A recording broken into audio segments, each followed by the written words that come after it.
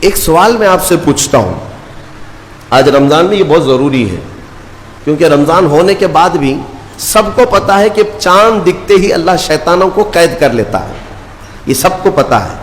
حدیث پاک میں بھی سرکش جنات اور شیطان دونوں قید ہو جاتے ہیں، ان کو قید کر دیا جاتا ہے، جب تک چاند نہیں دکھے گا یہ نہیں آئیں گے۔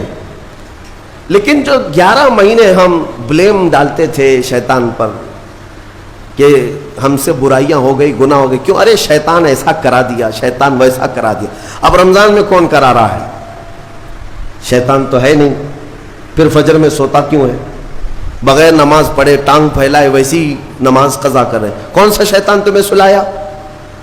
ابھی تو شیطان ہے نہیں۔ ابھی بھی بہت سارے لوگ چوری کا کھانا نہیں چھوڑتے، بہت سارے لوگ جھوٹ، دغا، غیبت یہ رمضان میں بھی نہیں چھوڑتے ہیں۔ تو یہ ان کو کون سا شیطان کروا رہا ہے؟ کون سا شیطان یہ برائیاں کرواتا ہے؟ اس کے جواب کے لیے ایک چیز سمجھنا ضروری ہے۔ یہ بات تو مشہور ہے کہ ساری برائیاں شیطان کرواتا ہے، ابلیس کرواتا ہے نا؟ لیکن آپ کو وہ واقعہ معلوم ہے جب آدم علیہ السلام کو اللہ تعالیٰ نے پیدا کیا اور سارے فرشتوں سے کہا کہ سجدہ کرو، کل ہی کی تفسیر میں نے عرض کیا، اس میں ابلیس بھی تھا۔ ابلیس بھی اس وقت بہکا ہوا نہیں تھا، گمراہ نہیں تھا، وہ اچھا تھا۔ ابلیس تو بہت عبادت کرنے والا تھا اللہ تعالیٰ کو، تو اس نے اللہ کے حکم کو ٹال کر آدم کو سجدہ نہیں کیا، غرور میں کھڑا رہا، نافرمانی کیا۔ تو اب میں یہ سوال کرتا ہوں کہ ہر ایک کو گمراہ کرنے والا شیطان ہے، تو شیطان کو کس نے گمراہ کیا تھا؟ اس کو کس نے روکا سجدہ مت کرنا آدم کو؟ کوئی ہے بہکانے والا؟ ارے وہ تو پہلا ابلیس ہے، اس سے پہلے تو کوئی ابلیس تھا ہی نہیں، اس سے پہلے تو کوئی شیطان تھا ہی نہیں۔ شیطان کو کس نے روکا کہ تو بڑا ہے، تو بلند ذات والا ہے، آدم مٹی سے بنا ہے؟ یہ خیال کس نے ڈالا؟ کون سا شیطان تھا اس سے پہلے؟ یہی بات سمجھنے کی ہے۔ محدثین نے مفسرین نے فرمایا ابلیس کو جس چیز نے سجدہ کرنے سے روکا وہ نفس امارہ ہے، وہ نفس ہے جو آج بھی تمہارے ساتھ ہے۔ ہاں شیطان تو قید ہو جاتا ہے رمضان کے شروع ہوتے ہی، لیکن نفس تو ساتھ میں رہتا ہے۔ اب پتا چلا کہ رمضان میں جو کچھ بھی غلطیاں یا کوتاہیاں یا گناہ کچھ لوگوں سے سرزد ہوتے ہیں تو یہ نفس کے پجاری ہیں، نفس ان کے ساتھ ہے، یہ نفس کی غلامی میں آ گئے اور نفس کے شکار ہو گئے۔ اسی لیے قرآن میں اللہ تعالیٰ نے اپنے رسول سے بھی یہ فرمایا اَرَأَيْتَ مَنِ اتَّخَذَ إِلَٰهَهُ هَوَاهُ أَفَأَنْتَ تَكُونُ عَلَيْهِ وَكِيلًا۔ اے رسول کیا آپ نہیں دیکھتے کچھ لوگ ایسے ہیں جنہوں نے اپنے نفسانی خواہشات کو اپنا خدا بنا لیا ہے، اپنی خواہشات کو اپنا خدا بنا لیا ہے۔ اے رسول کیا آپ ایسوں کی سفارش کریں گے، ایسے لوگوں کی وکالت کریں گے؟ یعنی رب تبارک و تعالیٰ نے فرمایا کچھ لوگ وہ ہیں جو اپنی خواہشات کی پوجا میں ہیں۔ کیا مطلب خواہشات کی پوجا؟ کیا مطلب ہے اپنے خواہشات کے پیچھے چلنا؟ مطلب یہی ہے کہ جو دل میں آیا اس بندے نے یہ سوچ لیا اسے کرنا ہی ہے مجھے، یہ خواہشات کے پیچھے چل رہا ہے۔ ہاں تمہیں آرام کی فکر ہوئی، تم نے خدا کے فرمان کو ٹال دیا لیکن اپنی نفس کی سن لیا۔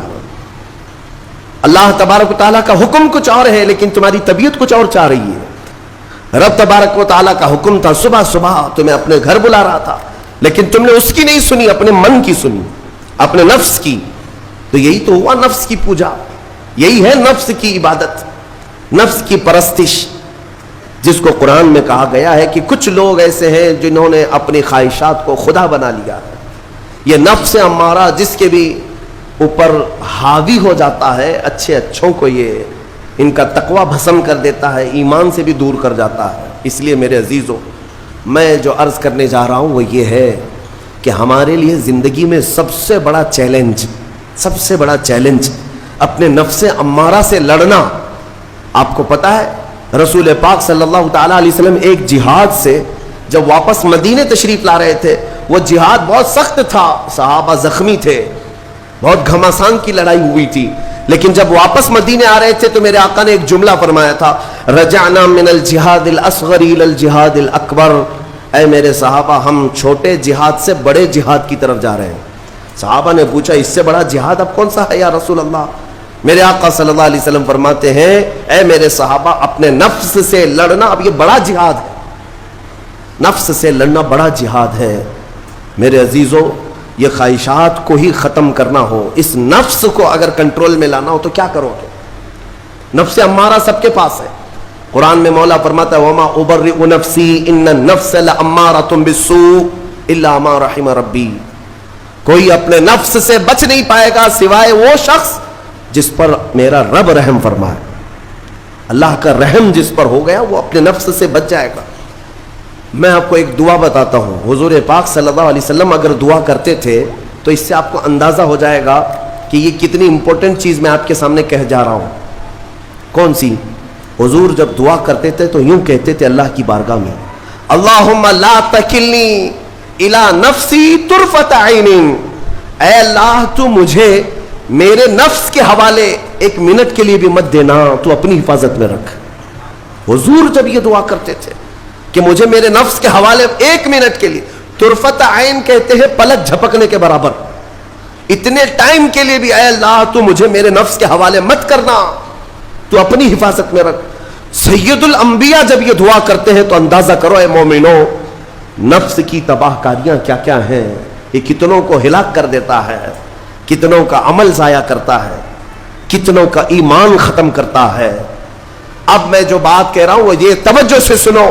یہ نفس امارہ جس نے شیطان کو بھی گمراہ کیا, شیطان کو بھی بہکا دیا, یہ نفس آدم کو سجدہ نہ کرنے کا جو غرور پیدا کیا یہی نفس امارہ تھا. اس نفس امارہ کو اگر کوئی کنٹرول کرا سکتا ہے تو وہ ماہ رمضان المبارک ہے. بس یہی ہے رمضان کی فضیلت. رمضان المبارک اس لیے تمہیں دیا گیا کہ بڑی بڑی طاقتیں تمہارے نفس کو قابو میں نہیں کر پائیں گی, لیکن رمضان کے روزے تمہیں کنٹرول میں لے آئیں گے, کنٹرول میں لائیں گے. اب سمجھ میں آیا کہ روزے کیوں رکھائے جا رہے ہیں؟ ارے گرمیوں کی شدت ہے, ادھر حلق سوکھا جا رہا ہے, پیٹ پیٹ سے لگ جاتا ہے. ان لوگوں کو پوچھو روزہ کیسا ہوتا ہے جو مزدوری کرتے ہیں, ان لوگوں سے پوچھو جو دن بھر کام کاج کرتے ہیں. میرے عزیزوں روزے رکھنے کے بعد کیا رب تبارک و تعالی کسی کو اس کی طاقت سے زیادہ تکلیف دینا چاہتا ہے؟ نہیں میرے عزیزوں, وہ رحمان ہے. اس نے جب تمہیں ماں کے پیٹ میں 9 مہینے رزق دیا تو کیا کائنات میں نہیں دیتا؟ تمہیں ماں کے پیٹ میں بھی رزق دیتا رہا. تم جب دنیا میں آئے تمہارے ماں کے سینے میں خون سے دودھ کس نے بنایا؟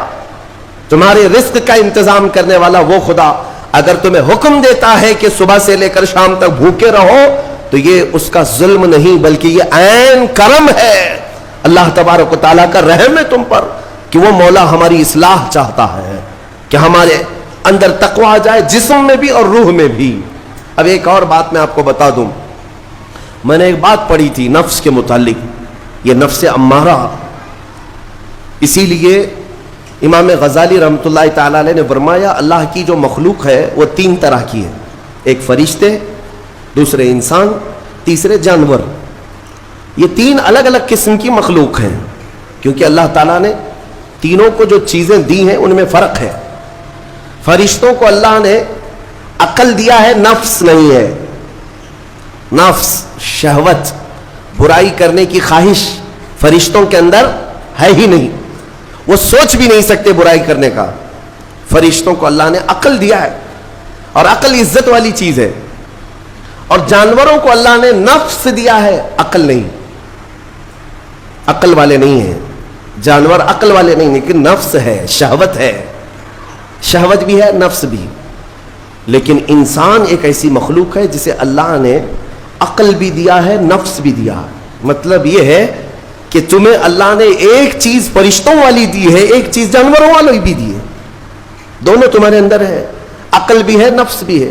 لیکن امام غزالی فرماتے ہیں توجہ, جو بندہ نفس ہونے کے باوجود گناہوں سے اپنے آپ کو بچا لیا وہ بندہ فرشتوں سے بھی افضل ہے. کیوں؟ فرشتے اس لیے بچے ہوئے ہیں کہ ان کے پاس نفس ہے ہی نہیں, اور تم بچ رہے ہو تو کمال کی بات ہے. نفس ہوتے ہوئے بھی گناہ سے بچ گیا تو اس انسان کا مقام فرشتوں سے بھی اعلیٰ ہے. لیکن ساتھ ہی امام غزالی یہ بھی فرماتے ہیں عقل ہونے کے باوجود اگر گناہوں سے نہیں بچتا تو پھر وہ جانوروں سے زیادہ ذلیل ہے، کتے اور خنزیر سے بھی گیا گزرا ہے، کیونکہ جانور تو بیچارہ معذور ہے، اسے عقل نہیں ہے، نفس ہے. تمہارے پاس عقل ہے، اس کے باوجود حرام کاریاں کر رہے ہو تو جانوروں سے زیادہ گر گئے. فیصلہ تمہارے ہاتھ میں ہے کہ تم کون سی زندگی گزارنا چاہتے ہو، کون سی، کہ تم نفس کے پجاری بن جاؤ یا عقل کا صحیح استعمال کر کے فرشتوں والی صفات پر عمل کرو. عزیزان گرامی وقار، نفس اور عقل یہ جو دو چیزیں ہیں ان کو میں آپ کے سامنے تھوڑا سا کھول کر کے عرض کرتا ہوں. عقل جو ہے عزت والی چیز ہے، جسے بھی دی گئی ہے وہ عزت والا ہے. کیوں عزت والی ہے یہ عقل؟ پوری دنیا میں عقل کا ہی تو کمال ہے. جس کے پاس عقل ہے وہ بادشاہ ہے، جس کے پاس عقل ہے وہ لوگوں کو ہانکتا ہے، پوری دنیا کو ادھر سے ادھر کر سکتا ہے. عقل. اور نفس جو ہے، نفس برائیوں کی طرف بلانے والا، عیاشی کی دعوت دینے والا، موج مستی کرانے والا اور اپنے آپ کو تباہ کروانے والا. اچھے بھلے نوجوان 25 سال کی کڑیل جوانی ہے، کون ہے جو انہیں نشے کے اڈے پر لے جاتا ہے؟ کون ہے جو ان کو تباہ و برباد کرتا ہے؟ نوجوان کو اچھی طرح سے معلوم ہے کہ میں کوکین، افیون، ہیروئن لوں گا تو میرے جسم کے ساتھ کیا ہوگا، اسے معلوم ہے. لیکن اس کے باوجود عیاشی کروانا یہ نفس کی عادت ہے. کسی کے اوپر نفس غالب آتا ہے، کسی کے اوپر عقل غالب آتی ہے. عقل جس کے اوپر غالب آ گئی وہ اچھا آدمی ہے، نفس جس کے اوپر غالب آ گیا وہ شیطان کا پجاری ہو گیا، نفس کی سننے والا. اب یہ دونوں جو چیزیں ہیں میں بتاتا ہوں آپ کو. روایت میں ملتا ہے کہ جب اللہ نے عقل کو بھی پیدا کیا اور نفس کو بھی پیدا کیا تو اپنے سامنے حاضر کیا، عقل سے پوچھا کہ اے عقل بتا میں کون ہوں اور تو کون ہے؟ عقل نے کہا یا ربی انا عبدک وانت ربی، اے اللہ میں تیرا بندہ ہوں اور تو میرا رب ہے. عقل نے کیا کہا؟ میں تیرا بندہ ہوں اور تو میرا رب ہے. اللہ نے عزت سے نوازا، اقرار کیا نا بندہ ہونے کا. عقل نے اقرار کیا. پھر نفس کو بلایا، نفس سے پوچھا بتا میں کون ہوں اور تو کون ہے؟ نفس نے کہا انت انت انا انا، تو ہے میں ہوں. یہ غرور تھا نفس کے اندر، یہ گھمنڈ تھا نفس کے اندر کہ میں ہوں. نفس جس کے اندر غالب آتا ہے وہ آج بھی یہی کرتا ہے، میں ہوں، کسی کے سامنے کیا جھکنا ہے. تو حکم ہوا کہ اس نفس کو 100 سال جلایا جائے. 100 سال جلایا گیا، اس کو عذاب دیا گیا نفس کو. 100 سال بھگتنے کے بعد، آگ کی تپش بھگتنے کے بعد اسے پھر لایا گیا نفس کو. اللہ تعالیٰ نے پوچھا اے نفس بتا میں کون ہوں اور تو کون ہے؟ نفس نے کہا انت انت انا انا، تو ہے میں ہوں. غرور نہیں ٹوٹا، گھمنڈ نہیں ٹوٹا. حکم ہوا اللہ کی طرف سے فرشتوں کو اس نفس کو اب 100 سال تک بھوکا اور پیاسا رکھا جائے، کوئی چیز نہ دی جائے. اسے سخت سزا دی گئی. بھوک اور پیاس کی نفس کو کوئی چیز نہیں دی گئی. 100 سال کے بعد پھر اس کو حاضر کیا گیا، پوچھا گیا بتا کون ہوں میں؟ نفس نے کہا اے اللہ تو میرا خدا ہے، میں تیرا بندہ ہوں. فرمایا بزرگوں نے کہ نفس کو اگر کوئی جھکا سکتا ہے تو وہ بھوک ہے، اسی لیے مولا نے رمضان کے روزے تم پر فرض فرمایا. نفس کو جھکا سکتے ہو، نفس کو کنٹرول میں لا سکتے ہو تو بھوک کے ذریعے سے. ہاں یہ بھوک اور پیاس یوں ہی نہیں دی گئی ہے. دنیا اگر سمجھتی ہو کہ مسلمانوں کو یہ بھوکا اور پیاسا رکھوایا جا رہا ہے تو انہیں کیا خبر ہے کہ روح کسے کہتے ہیں، نفس کسے کہتے ہیں. جو آلریڈی غلاظت میں پڑے ہوئے انہیں کیا سمجھ ہے. لیکن الحمدللہ ہمارا تصور ہے آخرت کا، ہمارے ہاں تصور ہے جنت کا، ہمارے ہاں تصور ہے جہنم کا، اللہ کی بارگاہ میں حساب کا. اس لیے ضروری یہ بن پڑتا ہے کہ ہم اپنی دنیا میں ہی اصلاح کریں. میرے عزیزوں اس نفس کی جو تباہ کاریاں ہیں اس سے بچنا ہر نوجوان کے لیے ضروری ہے. تم روزوں کو ہلکے میں مت لو. اس سے پہلے بھی میں کہا کرتا تھا، آج پھر سے میں ریپیٹ آپ کے سامنے کہتا ہوں، مسلمان کے لیے روزے جو فرض کیے گئے آپشنلی نہیں ہے میرے عزیز. یہ آپشنلی نہیں ہے، اختیاری نہیں ہے. جسے چاہے وہ رکھے، جسے چاہے وہ چھوڑے. ہاں ہمارے یہاں معاشرہ ایسے ہی ہے نا. ہاں صبح اٹھ کر کے لوگ پوچھتے رہتے ہیں روزہ ہے، روزہ ہے. کیوں پوچھ رہے ہو روزہ ہے؟ مسلمان ہے تو روزہ فرض ہے، روزہ فرض ہے. اگر میں آپ کو پوچھوں اچھا لگے گا انسان ہو؟ اچھا لگے گا؟ سامنے دکھ تو رہا ہے انسان ہے، پھر کیا پوچھنا ہے؟ مسلمان کے لیے روزہ ایسا ضروری ہے جیسے اس کے لیے انسان ہونا ضروری ہے۔ وہ روزے چھوڑتا کیوں؟ ہاں چند ہی چیزیں ہیں جہاں تخفیف دی گئی ہے شریعت میں، وہ سفر ہے یا مرض ہے، ایسا مرض کہ جس سے وہ نہیں برداشت کر پاتا، اس میں اللہ تعالیٰ نے اسے چھوٹ دی ہے، رخصت دی ہے، یا حاملہ عورت ہے، یا دودھ پلانے والی عورت ہے، یا پھر اب بہت سارے لوگ ایسے ہیں جو ہٹے کٹے ہیں، تندرست ہیں، توانا ہیں، روزے چھوڑے ہوئے ہیں۔ میرے عزیز، سب ہونے کے بعد اگر روزہ چھوڑنے کی کسی کو رخصت ہے نا، تو صرف ان عورتوں کو جن کی ماہواری آتی ہے مہینے میں یا بچے کے بعد، حیض و نفاس والی عورتوں کے لیے روزہ نہیں ہے۔ تو میں ان لوگوں سے پوچھتا ہوں، کیا تمہاری بھی ایسی کیفیت ہے جو تم روزہ چھوڑے گھوم رہے ہو؟ ناپاک ہو؟ ناپاکی آئی ہے؟ نہیں ہے تو پھر کیوں روزہ چھوڑتے ہو؟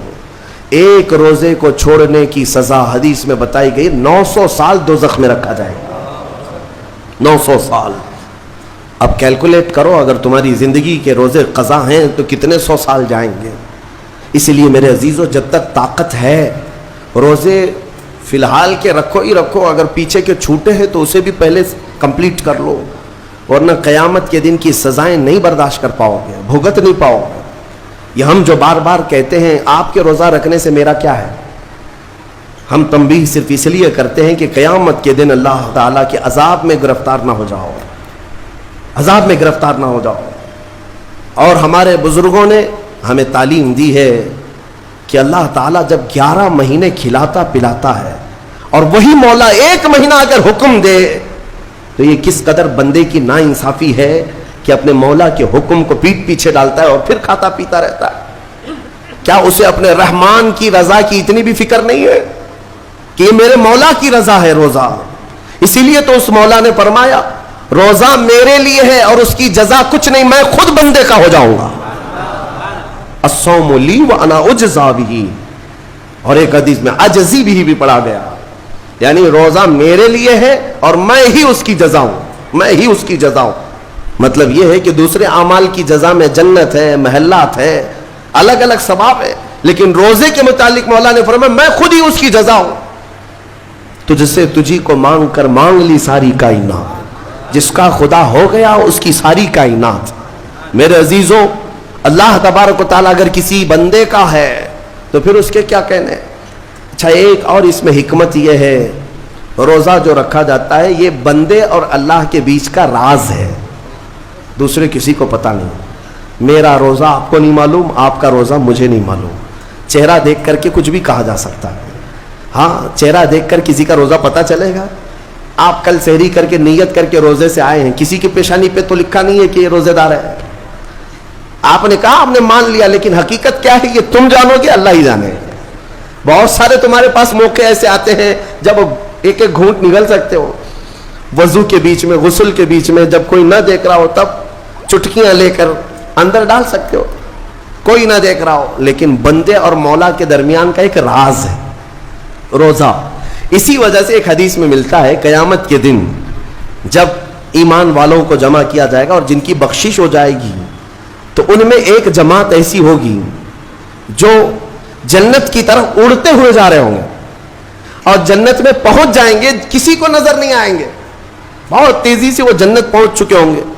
باب الریان ایک دروازہ ہے جو صرف روزے داروں کے لیے، جن کے روزے اللہ کی بارگاہ میں پسند آ گئے، وہ دروازہ صرف ان کے لیے، وہاں پہنچ چکے ہوں گے۔ بہت سارے اہل اللہ، بڑے بڑے مقامات والے وہاں موجود ہوں گے، پوچھیں گے تم کہاں سے آئے، کون سے راستے سے آئے؟ نہ وہاں نظر آئے نہ راستے میں نظر آئے، یہاں کیسے پہنچے؟